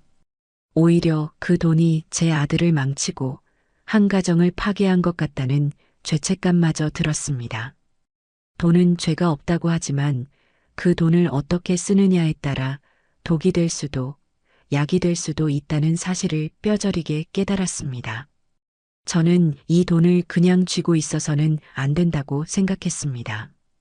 이 돈이 나온 곳보다 더 의미 있는 곳으로 흘려보내야만 저도 그리고 제 자식들도 이 지독한 굴레에서 벗어날 수 있을 것 같았습니다. 저는 무엇을 해야 할지 찾기 위해 무작정 밖으로 나섰습니다. 그리고 제 발걸음은 어느새 제가 처음 장사를 시작했던 낡고 허름한 옛 시장으로 향하고 있었습니다. 수십 년이 지났지만 시장의 풍경은 크게 변하지 않았습니다. 하지만 그곳을 지키는 사람들은 많이 변해 있었어요. 저처럼 나이 든 상인들은 하나둘 자취를 감추고 그 자리를 꿈과 열정은 가득하지만 돈이 없어 고군분투하는 젊은 청년들이 채우고 있었습니다. 한 청년이 운영하는 작은 닭강정 가게 앞에 멈춰 섰습니다. 좁아터진 가게에는 제대로 된 주방 설비도 갖춰져 있지 않았어요. 청년은 휴대용 가스버너 위에 작은 튀김 냄비를 올려놓고 땀을 뻘뻘 흘리며 닭을 튀기고 있었습니다. 그 모습에서 국밥솥 앞에서 밤을 새우던 제 젊은 날이 겹쳐 보였습니다. 총각, 장사는 좀 잘 돼? 제가 말을 걸자 청년은 깜짝 놀라며 저를 쳐다보았습니다. 아, 네. 그냥 뭐 그럭저럭이요. 가게가 너무 좁고 주방이 변변찮아서 많이 만들지를 못하는 게 좀 아쉽죠. 돈만 있으면 좀 더 넓고 깨끗한 주방이 있는 곳으로 옮기고 싶은데 그게 어디 쉽나요? 청년의 푸념 섞인 말에서 저는 제가 해야 할 일을 보았습니다. 그래, 바로 이거다. 나처럼 아무것도 없이 시작하는 젊은이들에게 날개를 달아주는 일을 하자. 그들이 마음껏 꿈을 펼칠 수 있는 튼튼한 주방을 만들어주자. 그 순간 제 가슴이 다시 뛰기 시작했습니다. 평생을 바쳤던 국밥집을 접은 이후 처음으로 느끼는 설렘이었습니다. 그날부터 저는 새로운 도전을 시작했습니다. 김 사장의 도움을 받아 문 닫은 가게들로 가득해 유령 건물처럼 변해버린 시장 근처의 낡은 3층짜리 상가 건물을 통째로 사들였습니다. 사람들은 다 망해가는 상권에 뭐하러 돈을 처박느냐며 저를 말렸지만 제게는 확신이 있었습니다. 저는 건물을 허무는 대신 옛 골조는 그대로 살리면서 내부를 완전히 뜯어 고쳤습니다. 1층은 여러 명의 요리사가 동시에 요리를 할 수 있도록 최신식 설비를 갖춘 넓은 공유 주방으로 만들었습니다. 보증금이나 권리금 없이 저렴한 월 이용료만 내면 누구든 자신만의 가게를 열 수 있는 공간이었지요. 2층은 청년들이 메뉴 개발을 하거나 쉴 수 있는 휴게 공간과 작은 도서관으로, 3층은 제가 머물면서 이 모든 것을 관리할 작은 살림집으로 꾸몄습니다. 공사를 하는 몇 달 동안 저는 하루도 현장을 떠나지 않았습니다. 먼지를 뒤집어 쓰고 인부들과 함께 땀 흘리며 제 손으로 직접 공간 하나하나를 가꾸었습니다. 아들에게 사주었던 펜트하우스를 꾸밀 때와는 전혀 다른 종류의 기쁨이었습니다. 그때는 과시와 자랑을 위한 마음이었다면 지금은 쓰임과 나눔을 위한 마음이었어요. 드디어 은순의 부엌이라는 간판이 걸리고 공유 주방이 문을 열었습니다. 처음에는 반신반의하던 청년들이 소문을 듣고 하나둘 모여들기 시작했습니다. 닭강정 가게 총각도 가장 먼저 입주 신청을 했지요. 청년들은 제 주방에서 마음껏 새로운 메뉴를 개발하고 서로의 음식을 맛보며 격려하고 때로는 경쟁하며 무섭게 성장해 나갔습니다. 죽어있던 건물은 청년들의 열기로 가득 찼고 그들이 만들어내는 맛있는 냄새는 동네 전체에 활기를 불어넣었습니다. 어느 날 지역 방송국에서 저희 은순의 부엌을 취재하고 싶다며 연락이 왔습니다. 저는 손사래를 치며 거절했지만 청년들이 우리 대모님 자랑 좀 하게 해주세요. 라며 등을 떠미는 바람에 어쩔 수 없이 인터뷰에 응하게 되었습니다. 카메라 앞에서 저는 조금 떨리는 목소리로 제가 이곳을 열게 된 이유를 담담하게 이야기했습니다. 평생을 바쳐 아들 하나만 보고 살았습니다. 그 아들에게 세상에서 가장 좋은 집을 지어주는 게 제 꿈이었지요. 그런데 나중에 깨달았습니다. 제가 지은 것은 집이 아니라 아들을 가두는 감옥이었다는 것을요. 진짜 좋은 집은 비싼 자재로 높이 쌓아 올린 건물이 아니라 맛있는 냄새가 나고 좋은 사람들이 함께 모이는 곳이라는 걸 이제야 알게 되었습니다. 그래서 이곳을 열었습니다. 저는 평생 한 가족만을 위한 밥을 지었지만 이제부터는 여러 가족들을 위한 따뜻한 부엌을 지키고 싶습니다. 제 인터뷰가 방송을 타고 나간 며칠 뒤, 제 삶을 다시 한번 뒤흔드는 일이 일어났습니다. 주말 오후 청년들과 함께 다음 주 메뉴에 대해 이야기를 나누고 있는데 공유 주방의 유리문이 조심스럽게 열리더니 작고 앳된 얼굴 두 개가 불쑥 안으로 들어왔습니다. 제 눈을 의심했습니다. 그토록 보고 싶었던 제 눈에 넣어도 아프지 않을 내 강아지들. 바로 제 손주들이었습니다. 녀석들은 마치 길 잃은 강아지처럼 잔뜩 겁을 먹은 얼굴로 문가에 서서 제 눈치만 살피고 있었어요. 며칠 못 본 사이에 아이들의 얼굴은 반쪽이 되어 있었고 며느리가 늘 최고급으로만 입혔던 옷은 어디 가고 어딘가에서 흙먼지가 묻은 듯한 꾀재재한 옷을 입고 있었습니다. 민건아, 서연아. 제 입에서 저도 모르게 아이들의 이름이 터져 나왔습니다. 주방에서 일하던 청년들이 모두 놀라 저를 쳐다보았고 아이들은 그제야 제 목소리를 듣고는 와락 울음을 터뜨렸습니다. 할머니. 두 아이는 아장아장 달려와 제 허리를 끌어안았습니다. 그 작고 여린 몸이 어찌나 세차게 떨리는지 저는 아이들을 부서져라 끌어안고 등을 토닥여 주었습니다. 등을 토닥이는 제 손 위로 아이들의 뜨거운 눈물이 느껴졌습니다. 그동안 얼마나 무섭고 얼마나 서러웠을까요? 제 눈시울도 뜨거워졌지만 애써 눈물을 참았습니다. 제가 여기서 무너지면 이 아이들은 기댈 곳이 없으니까요. 아이고, 여기까지 어떻게 왔어? 말 좀 해봐. 이 녀석들아. 아이들은 제 품에 얼굴을 묻은 채 한참이나 말을 잇지 못하고 어깨를 들썩이며 울기만 했습니다. 주방에서 일하던 청년들은 상황을 파악했는지 조용히 다가와 아이들에게 따뜻한 우유를 한 잔씩 건네고는 자리를 비켜주었습니다. 저는 아이들을 2층 휴게실로 데리고 올라가 푹신한 소파에 앉혔습니다.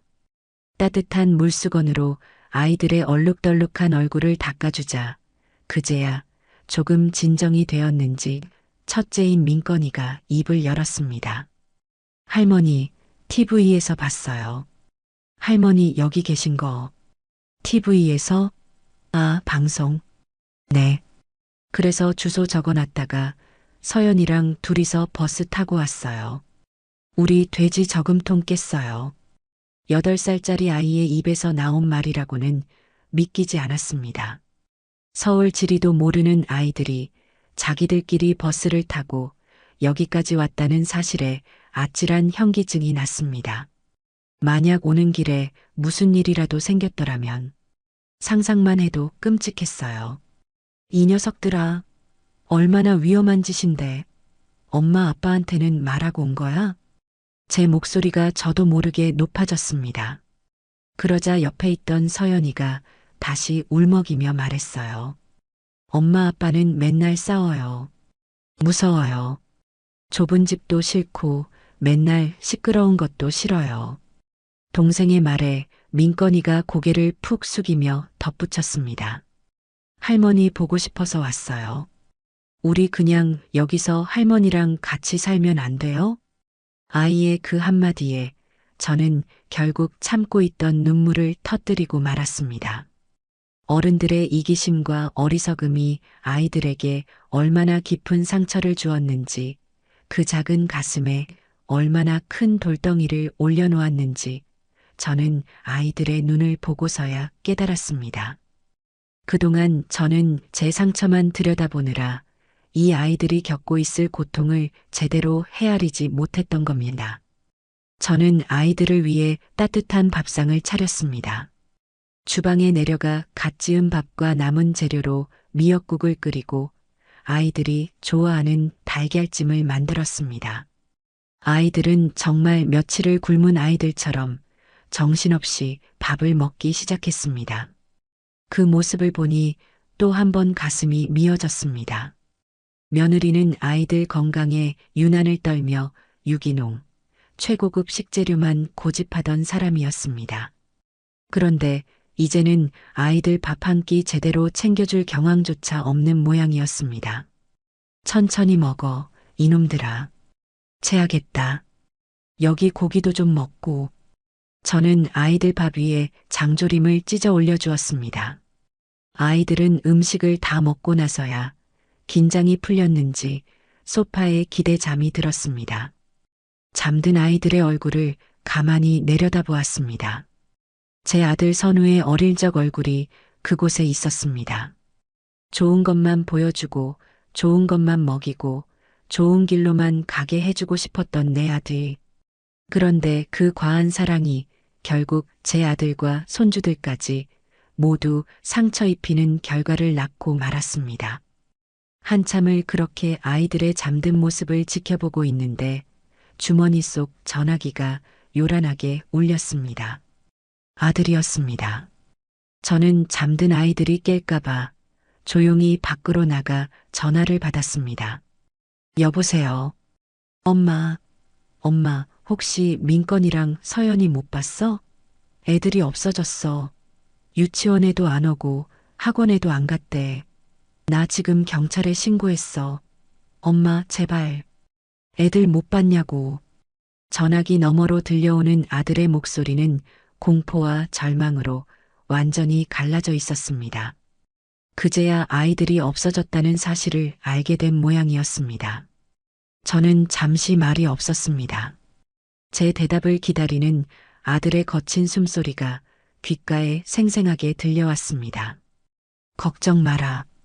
애들 여기 나한테 와 있으니. 뭐? 엄마한테? 거기가 어디야? 애들이 거길 어떻게 가? 엄마가 데리고 간 거지? 맞지? 아들은 안도감보다 저에 대한 의심과 원망을 먼저 드러냈습니다. 그 순간 저는 제 아들이 정말로 구제불능일지도 모른다는 생각을 했습니다. 너는 아직도 내가 그런 유치한 짓이나 할 사람으로 보이니? 애들이 너희한테서 도망쳐 온 거다. 자기들 발로 버스를 타고 이 먼 곳까지. 이제 알겠니? 너희가 아이들에게 어떤 부모였는지. 제 차가운 말에 아들은 아무 대답도 하지 못했습니다. 전화기 너머로 며느리의 날카로운 울음소리가 희미하게 들려왔습니다. 잠시 뒤 아들이 떨리는 목소리로 물었습니다. 엄마, 거기가 어디야? 주소 좀 알려줘. 우리가 지금 당장 갈게. 저는 은순의 부엌 주소를 문자로 찍어 주었습니다. 그리고 잠든 아이들의 곁으로 돌아와 한참이나 그 작은 얼굴들을 쓸어 만져 주었습니다. 곧 폭풍이 몰려올 것을 예감하면서도 저는 이상하게 조금도 두렵지 않았습니다. 오히려 이 아이들을 위해서라도 제가 더 단단해져야 한다고 다짐했습니다. 이 짧은 평화가 끝나면 저는 이 아이들의 할머니로서 그리고 한 가정을 망친 어리석은 부모의 어미로서 제게 주어진 운명과 정면으로 마주해야 할 것입니다. 1시간쯤 지났을까요? 공유 주방의 유리문이 거칠게 열리며 넋이 나간 얼굴의 아들 부부가 안으로 뛰어들어왔습니다. 두 사람의 모습은 엉망이었습니다. 아들은 와이셔츠가 반쯤 풀어 헤쳐져 있었고 며느리는 화장기가 전혀 없는 얼굴에 머리가 산발이었습니다. 두 사람은 허겁지겁 가게 안을 둘러보다가 2층에서 내려오는 저와 제 뒤에 숨어 있는 아이들을 발견하고는 그 자리에 우뚝 멈춰 섰습니다. 민건아, 서연아, 며느리가 아이들을 향해 달려오려 했습니다. 하지만 아이들은 제 등 뒤로 더욱 바짝 숨어버렸고 며느리는 상처받은 얼굴로 그 자리에 멈칫했습니다.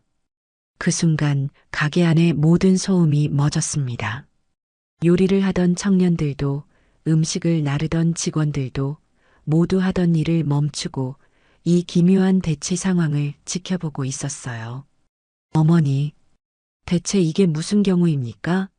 애들을 데려오셨으면 저희한테 연락을 먼저 하셨어야죠. 저희가 얼마나 놀랐는지 아세요? 며느리는 적반하장으로 저를 몰아세우기 시작했습니다. 아이들이 자신에게 오지 않자 그 화살을 제게 돌린 겁니다. 내가 데려온 게 아니라고 했을 텐데. 그리고 너희가 애들한테 조금만 더 신경을 썼더라면 반나절이 지나도록 애들이 없어진 줄도 몰랐을까? 제 반문에 며느리는 얼굴이 벌개졌지만 지지 않고 소리쳤습니다. 어머니가 저희를 이 꼴로 만드셨잖아요. 어머니가 우리 집만 뺏어가지 않았어도 애들이 이런 위험한 짓을 하지도 않았을 거예요. 다 어머니 탓이라고요. 며느리의 고함 소리에 서연이가 겁을 먹고 울음을 터뜨렸습니다. 저는 우는 아이를 달래며 며느리를 차갑게 노려보았습니다. 아직도 남 탓만 하는구나. 너희가 그 좋은 집에서 아이들을 어떻게 키웠기에 애들이 그 집을 지옥처럼 여기고 도망을 쳤는지 스스로를 돌아볼 생각은 조금도 없는 게냐? 뭐라고요? 지옥이라뇨? 우리가 애들한테 얼마나 잘했는데 최고급 옷만 입히고 최고급 음식만 먹이고 최고급 학원만 보냈어요. 저희만큼 애들한테 돈 쏟아부은 부모 있으면 나와보라고 하세요. 그때였습니다. 제 등 뒤에 숨어있던 민건이가 작은 주먹을 꽉 쥐고 앞으로 나서며 외쳤습니다. 싫어. 그런 거 다 싫단 말이야. 비싼 옷도 싫고 맛없는 유기농 밥도 싫어. 나는 그냥 엄마 아빠가 안 싸웠으면 좋겠어. 왜 매일 싸워? 왜 할머니한테 나쁘게 말해? 나는 할머니가 해준 밥이 세상에서 제일 좋아. 여기서 살 거야. 할머니랑 같이 살 거라고. 8살 아이의 절규는 그 어떤 어른의 호통보다도 날카롭게 가게 안에 모든 사람들의 가슴을 파고들었습니다. 아들 부부는 마치 망치로 머리를 한 대 얻어맞은 듯 충격적인 표정으로 아들을 바라보았습니다. 특히 며느리는 아들의 말을 믿을 수 없다는 듯 뒷걸음질까지 쳤습니다. 자신이 아이를 위해 했던 모든 값비싼 노력들이 아이에게는 아무런 의미가 없었다는 사실. 오히려 아이가 원했던 것은 자신이 그토록 경멸했던 할머니의 밥상과 가정의 평화였다는 잔인한 진실을 마주하게 된 겁니다. 가게 안에는 무거운 침묵이 흘렀습니다. 며느리는 더 이상 아무 말도 하지 못하고 그 자리에 주저앉아 소리 없이 눈물만 흘렸습니다. 아들 녀석은 차마 아이의 얼굴을 보지 못하고 고개를 떨군 채 자신의 발끝만 내려다보고 있었어요. 저는 그 모습을 말없이 지켜보다가 주방에서 일하던 청년에게 조용히 말했습니다. 성훈아, 국밥 4그릇만 내오너라. 제일 뜨끈한 놈으로. 잠시 후 김이 모락모락 피어오르는 국밥 4그릇이 아들 부부와 아이들 앞에 놓였습니다. 제가 평생을 바쳐 끓여냈던 그리고 제 인생을 지탱해 주었던 바로 그 국밥이었습니다. 아무것도 먹지 못했을 테니 우선 밥부터 먹어라. 그리고 애들 데리고 돌아가. 제 말에 아들이 고개를 들었습니다. 그의 눈은 붉게 충혈되어 있었습니다. 어머니, 밥 먹을 자격도 없는 거 압니다. 그래도 이건 먹고 가라. 너희를 위해서가 아니다. 굶주린 배를 채워야 너희가 얼마나 큰 죄를 지었는지 제대로 생각할 기력이라도 생길 테니까. 그리고 아이들을 위해서다. 저 어린 것들 앞에서까지 밥투정하는 못난 부모의 모습은 보이지 말거라. 저는 아이들을 식탁에 앉히고 뜨거운 국밥을 후후 불어 식혀주었습니다. 아이들은 기다렸다는 듯 맛있게 밥을 먹기 시작했습니다. 아들 부부는 한참이나 망설이다가 마지못해 숟가락을 들었습니다. 4사람의 숟가락이 그릇에 부딪히는 소리만이 가게 안의 정적을 깨고 있었습니다. 아마도 그날의 저녁 식사는 그들의 인생에서 가장 쓰리고 아픈 밥상으로 기억될 겁니다. 며느리는 국밥에 얼굴을 묻고 소리 없이 어깨를 들썩였습니다. 아들은 밥알을 넘기지 못하고 그저 국물만 멀거니 떠먹고 있었어요. 세상에서 가장 따뜻해야 할 가족의 밥상이 세상에서 가장 차갑고 무거운 침묵 속에서 이어지고 있었습니다. 식사가 끝나고 저는 아이들에게 말했습니다. 민건아, 서연아, 오늘은 엄마 아빠랑 같이 집에 돌아가. 할머니는 도망가지 않아. 언제나 여기에 있을 거야. 그러니 걱정 말고. 아이들은 아쉬운 표정을 지었지만 제 말에 고개를 끄덕였습니다. 아들 부부는 아무 말 없이 아이들의 손을 잡고 가게를 나섰습니다. 그들의 뒷모습은 마치 모든 것을 잃어버린 패잔병처럼 초라하고 힘이 없었습니다. 저는 그들이 완전히 사라질 때까지 그 자리에 서서 묵묵히 지켜보았습니다. 이것이 끝이 아니라는 것을, 그리고 가장 혹독한 시간은 이제부터 시작이라는 것을 저는 알고 있었습니다. 손주들이 다녀간 뒤 며칠 동안 아무런 연락도 오지 않았습니다. 그날의 충격이 너무나 컸던 탓이겠지요. 저는 일부러 먼저 연락하지 않았습니다. 그들이 스스로의 문제를 직면하고 해결할 시간을 주어야 한다고 생각했어요. 하지만 한편으로는 걱정이 되는 것도 사실이었습니다. 또다시 극단적인 선택을 하지는 않을지, 아이들에게 상처를 주지는 않을지, 매일 밤 잠을 설치며 뒤척였습니다. 그러던 어느 날 오후 가게 일을 마치고 잠시 쉬고 있는데 성훈이가 다급하게 저를 불렀습니다. 대모님, 저기 손님이 찾아오셨는데요. 성훈이가 가리키는 곳을 보자 가게 입구에 제 아들 선우가 혼자 서 있었습니다. 며칠 만에 본 아들의 모습은 차마 눈뜨고 보기 힘들 정도로 수척하고 망가져 있었습니다. 제대로 감지하는 듯한 떡진 머리, 며칠은 입은 듯한 구겨진 셔츠, 그리고 퀭하게 들어간 눈. 회사에서도 쫓겨난 것인지 그의 모습에서는 예전에 번듯한 대기업 부장의 모습은 찾아볼 수 없었습니다. 그는 가게 안으로 들어오지도 못한 채 그저 문가에 기대어 저를 바라보고만 있었습니다. 저는 조용히 자리에서 일어나 아들에게로 다가갔습니다. 아들은 제 발소리를 듣고 천천히 고개를 들었습니다. 그와 눈이 마주치는 순간 아들의 눈에서 후두둑 하고 눈물이 떨어졌습니다. 그는 아무 말도 하지 못하고 어린아이처럼 서럽게 울기 시작했습니다. 저는 아들을 이끌고 아무도 없는 2층 휴게실로 올라왔습니다. 아들은 소파에 주저앉아 한참이나 고개를 숙인 채 울기만 했습니다. 저는 그런 아들의 등을 말없이 쓸어주었습니다. 다 울고 나서야 아들은 갈라진 목소리로 겨우 입을 열었습니다. 어머니, 제가 다 잘못했습니다. 그것은 변명도 핑계도 없는 진심에서 우러나온 첫 번째 사과였습니다. 제가 정말 못난 놈이었습니다. 어머니가 평생 피땀 흘려 이룩하신 모든 것을 저는 너무나 당연하게 누렸습니다. 그게 얼마나 무겁고 또 얼마나 감사한 것인지 단 한 번도 진지하게 생각해 보지 않았어요. 저는 그냥 어머니의 돈과 유진이의 허영심 뒤에 숨어서 아무런 책임도 지지 않으려고 했던 비겁한 놈이었습니다. 아들은 자신의 치부를 하나씩 고통스럽게 꺼내놓기 시작했습니다. 그날 어머니가 문 앞에 서 계신 걸 인터폰으로 봤을 때 저는 알았습니다.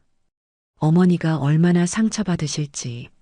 하지만 저는 유진이 친구들 앞에서 체면을 구길 아내의 얼굴이 어머니의 상처받은 얼굴보다 더 무서웠습니다. 제가 정말 한심한 놈이죠? 그런 제가 아버지 아들이라고 민건이 서연이 아빠라고 말할 자격이나 있을까요? 아들은 자신의 무능함과 나약함을 통렬하게 고백했습니다. 그리고 마지막으로 돌아가신 아버지의 이야기를 꺼냈습니다. 아버지가 살아계셨다면 저 같은 놈은 아들이라고도 생각 안 하셨을 겁니다. 평생 정직하고 성실하게 사셨던 아버지 얼굴에 제가 먹칠을 했습니다. 어머니, 정말 죄송합니다. 저를 용서하지 마세요. 저는 용서받을 자격도 없습니다. 아들의 눈물 섞인 고백을 들으며 제 가슴도 미어졌습니다. 지난 세월 동안 아들에게 쌓였던 원망과 미움이 아들의 눈물에 씻겨 내려가는 것 같았어요. 하지만 저는 쉬운 용서를 건네지 않았습니다. 이 아이가 정말로 바로 서기 위해서는 스스로 일어서는 법을 배워야 했기 때문입니다. 저는 조용히 아들의 어깨를 두드렸습니다. 선우야, 이제라도 알았으니 그걸로 됐다. 어머니, 네가 정말로 잘못했다고 생각한다면 그 사과는 나한테만 할 것이 아니다. 네 인생을 망치게 내버려둔 너 자신에게 먼저 사과하고 못난 남편 때문에 상처받은 네 아내에게도 사과해야 한다. 그리고 무엇보다 니들 싸움에 등 터져 겁에 질려 있는 네 아이들에게 무릎 꿇고 사과해야지. 저는 자리에서 일어나 창가에 섰습니다. 네 눈물은 내가 닦아줄 수 없다. 그건 너 스스로 닦아야지. 네 아내와 네 아이들 앞에서 말이다. 그리고 하늘에 있는 네 아버지께 부끄럽지 않은 아들이 아버지가 되어라. 네가 다시 일어서서 네 힘으로 가정을 꾸리고 네 아이들을 웃게 만드는 날. 그때가 되면 나도 너를 아들로 다시 받아줄 수 있을 게다. 제 말에 아들은 아무 대답도 하지 못했습니다. 그저 더 크게 오열할 뿐이었어요. 저는 아들이 스스로 감정을 추스를 때까지 아무 말 없이 기다려 주었습니다. 한참의 시간이 흐른 뒤 아들은 퉁퉁 부은 눈으로 자리에서 일어났습니다. 그리고 저를 향해 허리가 부러져라 깊이 고개를 숙였습니다. 명심하겠습니다. 어머니, 꼭 그렇게 하겠습니다. 아들은 그 말을 남기고 비틀거리는 걸음으로 가게를 나섰습니다. 저는 아들의 뒷모습이 완전히 사라질 때까지 그 자리에 서 있었습니다. 아들이 흘린 눈물이 부디 거짓이 아니기를, 그의 다짐이 부디 작심삼일로 끝나지 않기를, 저는 간절히 또 간절히 기도했습니다. 한 가정을 다시 일으켜 세우는 길은 이제 막 첫걸음을 뗀 것이나 다름없었습니다. 그리고 그 길의 끝에는 아직 용서를 구하지 않은 또 한 사람이 남아 있었습니다. 아들이 다녀간 후 제 가게에는 며칠간 무거운 침묵이 흘렀습니다. 청년들은 제 눈치를 보며 평소보다 더 조용히 움직였고 저 역시 말수가 눈에 띄게 줄었습니다.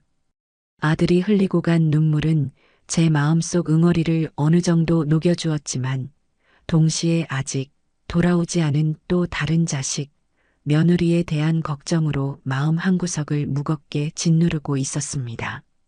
아들이 진심으로 뉘우쳤다 한들 그 가정이 온전히 바로 서려면 며느리 또한 스스로의 껍질을 깨고 나와야만 했습니다.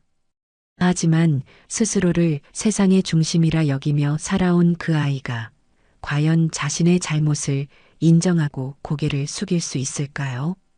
저는 그저 기다리는 수밖에 없었습니다. 그러던 어느 날 저녁 가게 마감을 준비하고 있는데 김 사장에게서 전화가 왔습니다. 그의 목소리는 평소와 달리 어딘가 조심스럽고 망설이는 기색이 역력했어요. 누님, 혹시 지금 통화 괜찮으십니까? 제가 좀 황당한 걸 봐서요. 무슨 일인데 그래? 말해봐.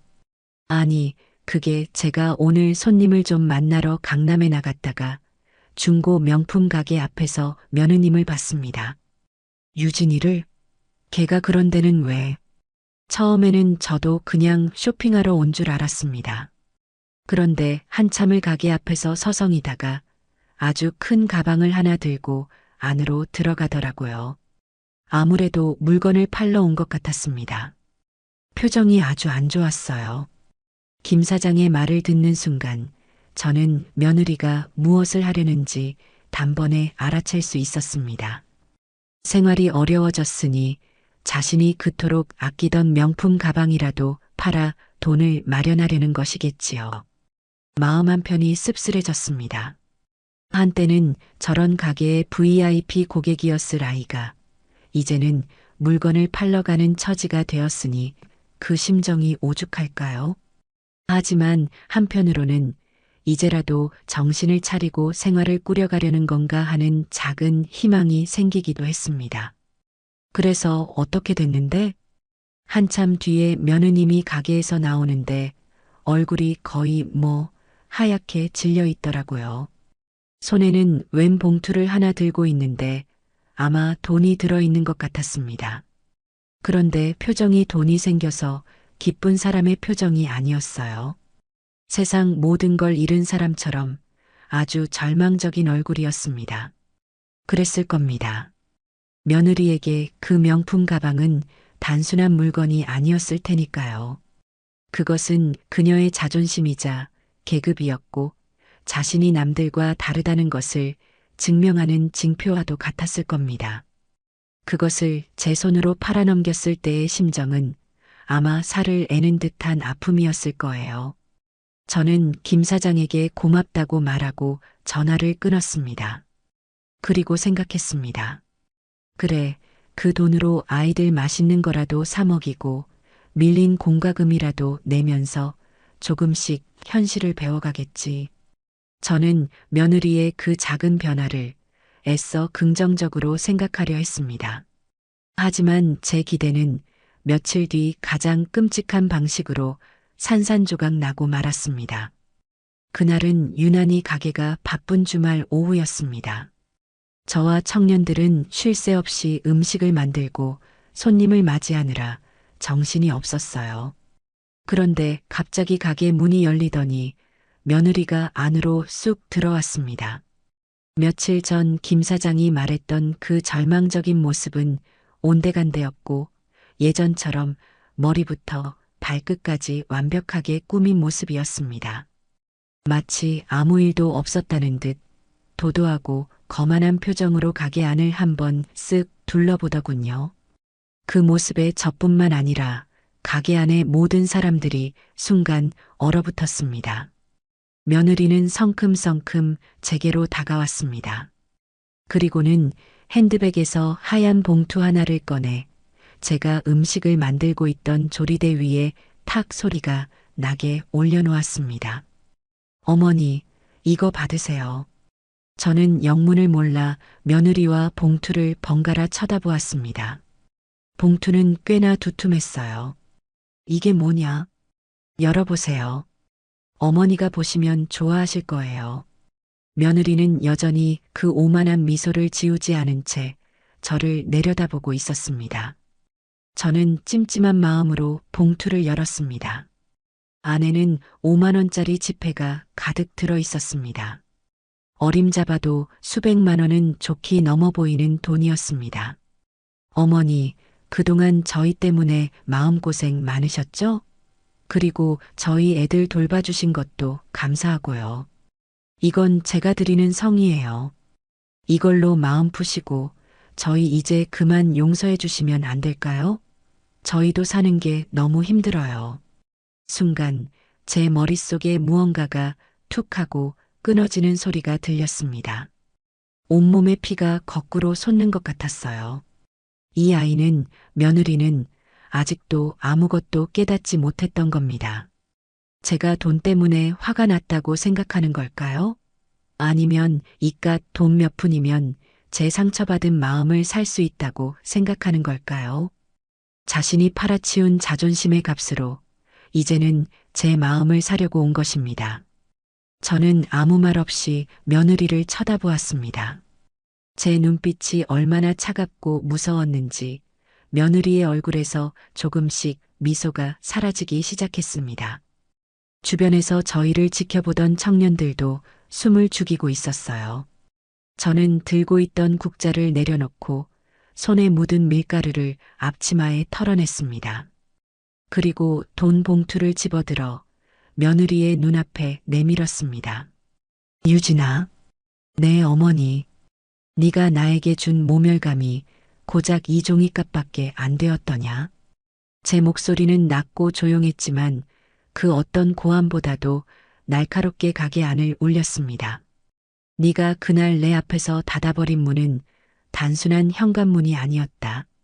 내 인생을 향해 닫아버린 문이었어. 네가 뱉었던 말들은 내 심장을 도려내는 칼날과 같았고, 그런데 이제 와서 고작 이 돈 몇 푼으로 그 모든 것을 없던 일로 하자고? 내 마음이, 내 상처가 그렇게나 가벼워 보이니? 며느리의 얼굴이 새하얗게 질리기 시작했습니다. 그녀의 눈동자가 심하게 흔들렸어요. 자신이 무슨 짓을 저질렀는지 그제야 조금씩 깨닫기 시작한 것 같았습니다. 나는 돈이 없어서 이러는 게 아니다. 너희가 사람의 도리를 저버렸기에, 부모의 도리를 저버렸기에 이러는 것이다. 그런데 너는 아직도 돈으로 모든 것을 해결하려 하는구나. 네가 그토록 지키고 싶었던 그 품이라는 게 고작 이런 것이었니? 사람의 마음을 돈으로 사려는 그 천박한 생각이 네가 말하는 품위의 전부였어. 저는 돈 봉투를 며느리의 핸드백 안에 다시 찔러 넣어 주었습니다. 이 돈 다시 가져가라. 그리고 이걸로 너희 아이들 맛있는 밥이나 한 끼 더 사 먹여. 나를 용서받고 싶다면 이런 가짜는 돈다발이 아니라 네 진심을 가져와야지. 네가 얼마나 어리석었는지, 얼마나 잔인했는지 뼈저리게 뉘우치고 흘리는 눈물을 가져왔어야지. 이건 용서가 아니라 나에 대한 두 번째 모욕일 뿐이다. 제 말이 끝나자 며느리의 다리가 후들후들 떨리는 것이 보였습니다. 그녀는 아무 말도 하지 못하고 그저 입술만 파르르 떨고 있었어요. 그리고는 갑자기 몸을 돌려 도망치듯 가게 밖으로 뛰쳐나갔습니다. 저는 더 이상 그녀를 붙잡지 않았습니다. 가게 밖으로 뛰쳐나간 며느리는 멀리 가지 못하고 길 건너편 버스 정류장 의자에 주저앉았습니다. 그리고는 두 손에 얼굴을 묶고 아이처럼 목 놓아 울기 시작했습니다. 그녀가 그토록 지키려 했던 완벽한 모습은 온데간데 없었습니다. 화장은 눈물로 범벅이 되고 어깨는 서러움에 가누지 못할 정도로 들썩였습니다. 자신이 그토록 경멸했던 시장통 한복판에서 그녀의 마지막 자존심과 얄팍한 계산이 산산조각 나고 있었습니다. 저는 유리창 너머로 그 모습을 한참이나 아주 한참이나 말없이 지켜보았습니다.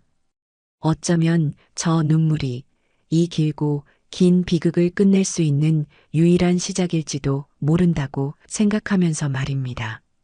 며느리가 가게 앞에서 비에 젖은 채 자신의 마지막 자존심까지 모두 쏟아내며 통곡하던 그날 이후 또다시 며칠간의 무거운 시간이 흘렀습니다. 저는 그 아이가 다시는 제 앞에 나타나지 않을지도 모른다고, 어쩌면 영영 제 인생에서 지워져 버릴지도 모른다고 생각했어요. 제가 너무 심하게 몰아붙인 탓에 마지막 남은 일말의 자존심마저 제가 되어 흩어져 버렸을 테니까요. 아들에게서 간간히 아주 힘겹게 연락이 왔습니다. 아내인 유진이는 방에 틀어박혀 밥도 먹지 않고 죽은 사람처럼 잠만 잔다고 했습니다. 깨어 있을 때에는 그 어떤 말도 위로가 되지 않는 듯 그저 창밖의 허공만 멍하니 바라보고 있다고 했어요. 아들은 자신이 어떻게 해야 할지 모르겠다며 지푸라기라도 잡는 심정으로 제게 조언을 구했지만 저는 그저 제 가슴을 치며 스스로 일어설 때까지 그 아이에게 시간을 주는 수밖에 없다고 말해줄 뿐이었습니다. 부모라도 대신 살아줄 수 없는 것이 인생이고 스스로 깨닫지 못하면 그 어떤 가르침도 소용이 없는 법이니까요. 그러던 어느 가을비가 추적추적 내리는 평일 아침이었습니다. 다른 직원들이 출근하기 전 저는 홀로 가게 문을 열고 청소기를 돌리고 있었습니다. 기계 소음 너머로 유리문 밖에서 무언가 어른거리는 느낌이 들었어요. 고개를 들어보니 그곳에 며느리 유진이가 서 있었습니다. 우산도 쓰지 않은 채 비를 쫄딱 맞은 모습은 며칠 전의 그 모습보다도 훨씬 더 초라하고 비참해 보였습니다. 값비싸 보이던 트렌치 코트는 빗물에 절어 축 늘어져 있었고 한때는 완벽하게 관리되었을 머리카락은 물미역처럼 얼굴에 달라붙어 있었습니다. 며느리는 가게 안으로 들어오지도 못하고 그저 빗물에 젖은 생쥐꼴로 문 밖에 서서 제 눈치만 살피고 있었어요. 그 눈에는 더 이상 오만함이나 분노, 심지어 절망감조차 담겨 있지 않았습니다. 그저 텅 비어 있었어요. 모든 것을 포기한 사람처럼요. 저는 청소기를 끄고 잠긴 문을 열어주었습니다. 며느리는 고개를 푹 숙인 채 죄인처럼 쭈뼛거리며 안으로 들어왔습니다. 바닥에는 그녀의 옷에서 떨어진 빗물이 흥건하게 웅덩이를 만들었습니다. 여기까지 웬일이냐? 아직도 나한테 무슨 할 말이라도 남았어? 제가 일부러 퉁명스럽게 묻자 며느리는 아무 말 없이 고개를 저었습니다. 그리고는 홀린 듯 주방 한쪽 구석에 걸려 있는 고무장갑과 낡은 앞치마를 향해 걸어갔습니다. 저는 영문을 몰라 의아한 표정으로 그녀를 쳐다보았습니다. 며느리는 아무 말 없이 앞치마를 허리에 둘렀습니다. 평생 그런 것을 해본 적이 없는 사람처럼 끈을 제대로 묶지 못해 몇 번이나 풀고 다시 묶기를 반복했어요. 그마저도 무척이나 서툴고 어색해 보였습니다. 그리고는 어젯밤 장사를 마치고 미처 다 치우지 못한 개수대의 산더미처럼 쌓여있는 그릇들을 향해 다가갔습니다. 달그락 쨍그랑 며느리는 서툰 솜씨로 설거지를 시작했습니다. 제가 평생을 해온 일이지만 그녀에게는 생전 처음 해보는 노동이었을 겁니다. 아니나 다를까 그릇을 제대로 잡지 못해 손에서 놓쳐 와장창 깨뜨리기도 했고 세제를 너무 많이 풀어 개수대는 온통 거품투성이었습니다. 행주로 그릇에 물기를 닦는 법도 몰라 그저 젖은 그릇을 다른 쪽으로 옮겨놓기만 할 뿐이었지요. 그 모습은 누가 봐도 어설프고 또 우스꽝스러웠습니다.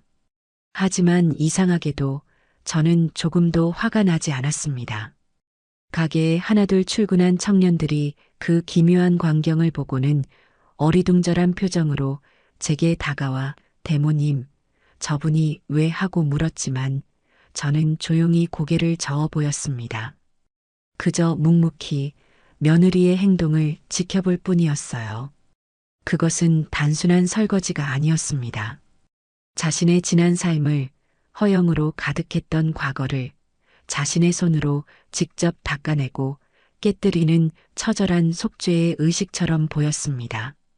그날 며느리는 오전 내내 꼬박 4시간 동안 설거지만 했습니다. 허리를 한번 펴지도 않고 물 한 모금 마시지도 않고 마치 세상에 자신과 이 그릇들만 남은 것처럼 그릇만 닦아댔습니다. 설거지가 모두 끝났을 때 며느리의 얼굴은 빗물과 땀 그리고 눈물로 완전히 범벅이 되어 있었습니다. 평생 해본 적 없는 고된 노동에 온몸이 땀으로 젖고 희고 가늘던 손가락은 퉁퉁 불어 빨갛게 변해 있었지요. 그녀는 탈진한 듯 개수대 앞에 그대로 주저앉아 거친 숨을 몰아쉬었습니다. 저는 조용히 다가가 뜨거운 김이 모락모락 피어오르는 국밥 한 그릇을 그녀 앞에 작은 간이 의자에 내려놓았습니다. 제가 평생을 끓여왔고 그녀가 그토록 경멸했던 바로 그 음식이었습니다. 고생했다. 밥 먹어라. 제 말에 며느리는 천천히 고개를 들었습니다. 저와 눈이 마주치자 그동안 꾹꾹 눌러 참아왔던 감정이 한꺼번에 터져 나온 듯 다시 엉엉 울기 시작했습니다. 하지만 이번에는 지난번처럼 서러움과 분노가 섞인 울음이 아니었습니다. 그것은 진정한 참회의 눈물이었습니다. 어머니, 제가 정말 잘못했어요. 정말 죄송해요. 며느리는 국밥 그릇에 얼굴을 묻고 한참이나 그렇게 울었습니다. 국밥 위로 그녀의 뜨거운 눈물이 뚝뚝 떨어졌습니다. 저는 더 이상 아무 말도 하지 않고 그저 곁에 앉아 며느리의 등을 가만히 쓸어주었습니다. 어떤 위로의 말보다, 어떤 용서의 말보다 지금 이 아이에게 필요한 것은 그저 자신의 모든 것을 쏟아낼 시간이라는 것을 알았기 때문입니다. 한참을 울던 며느리는 제 눈치를 살피며 조심스럽게 숟가락을 들었습니다. 그리고는 눈물과 함께 뜨거운 국밥을 한 숟갈, 두 숟갈, 꾸역꾸역 목구멍으로 넘기기 시작했습니다. 그날 이후 며느리의 삶은 완전히 달라졌습니다. 그녀는 매일 아침 제 가게에 가장 먼저 출근 도장을 찍었습니다. 처음에는 설거지와 청소 같은 허들의 일만 묵묵히 했습니다. 말이 없던 그녀에게 쾌활한 성격의 성훈이가 먼저 다가가 말을 걸어주기 시작했어요. 형수님, 그렇게 하시면 손목 나가요. 제가 가르쳐 드릴게요. 성훈이를 시작으로 다른 청년들도 조금씩 며느리에게 마음을 열었습니다. 며느리는 시간이 지나면서 조금씩 주방 일을 배우기 시작했습니다. 칼질 한번 제대로 해본 적 없는 며느리는 양파를 썰다가 눈물을 한 바가지 쏟기도 하고 뜨거운 냄비에 손을 대어 물집이 잡히기 일쑤였습니다. 하지만 그녀는 단 한 번도 힘들다는 내색을 하거나 포기하지 않았습니다. 오히려 청년들에게 먼저 다가가 이건 어떻게 하는 거예요? 라고 물어보며 하나라도 더 배우려고 애썼습니다. 그녀의 희고 고왔던 손은 어느새 상처와 굳은 살로 거칠어져 갔지만 그녀의 얼굴은 이상하게도 하루가 다르게 평온을 되찾아갔습니다. 아들 녀석도 변하기 시작했습니다. 회사를 그만둔 아들은 아내의 변화에 용기를 얻었는지 낮에는 인력시장에 나가 막노동을 하고 저녁에는 대리운전을 하며 생활비를 벌었습니다. 펜트하우스에 살 때는 거들떠보지도 않았을 굳은 일들이었지만 아들은 묵묵히 땀 흘려 일했습니다. 어느 날 저녁 일을 마치고 가게에 들른 아들이 제 앞에 거친 손을 내밀었습니다. 어머니, 이게 제 힘으로 처음 번 돈입니다.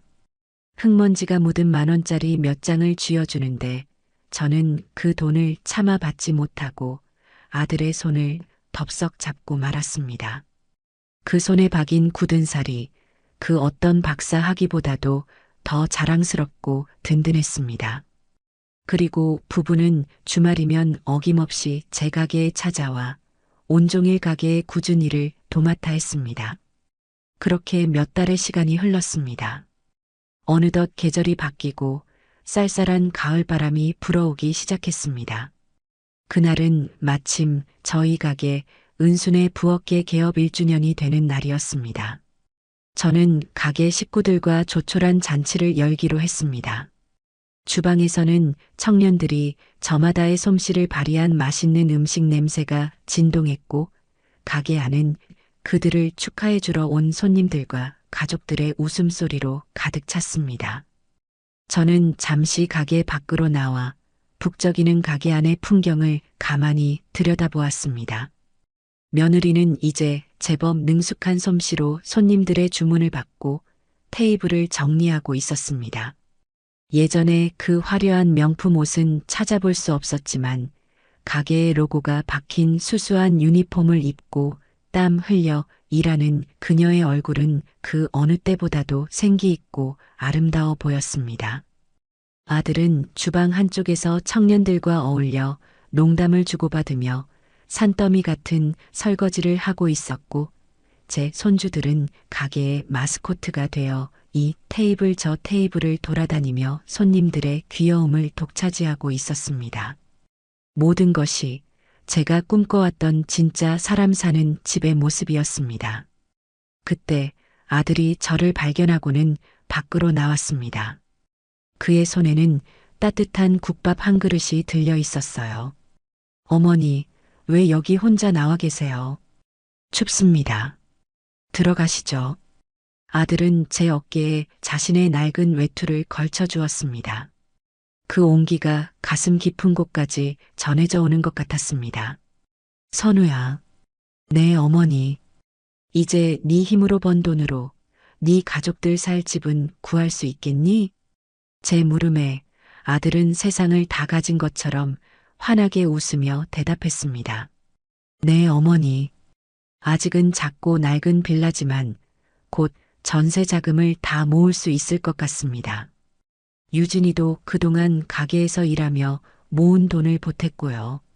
저희 네 식구 살기에는 충분합니다. 무엇보다 이제는 그 집이 세상에서 가장 편안하고 행복한 곳입니다. 펜트하우스에 살 때는 창밖의 야경만 보였는데 이제는 제 옆에 있는 가족들의 얼굴이 보입니다. 아들의 대답에 저는 조용히 고개를 끄덕였습니다. 이제 정말로 모든 것이 제자리를 찾은 것 같았습니다. 우리는 값비싼 펜트하우스를 잃었지만 그보다 훨씬 더 소중한 것을 되찾았습니다. 그것은 돈으로 살 수 없는 가족이라는 이름의 진짜 우리 집이었습니다. 저는 아들이 건네준 국밥을 한 숟가락 떠먹었습니다. 제 눈에서 뜨거운 눈물이 흘러 국밥 속으로 뚝뚝 떨어졌습니다. 하지만 이상하게도 조금도 짜지 않았습니다. 오히려 제 평생 먹어본 그 어떤 음식보다도 달고 따뜻하게 느껴졌습니다. 진짜 행복은 높은 곳이 아니라 따뜻한 곳에 있다는 것을 우리는 너무나 길고 아픈 길을 거쳐 비로소 깨닫게 된 것입니다.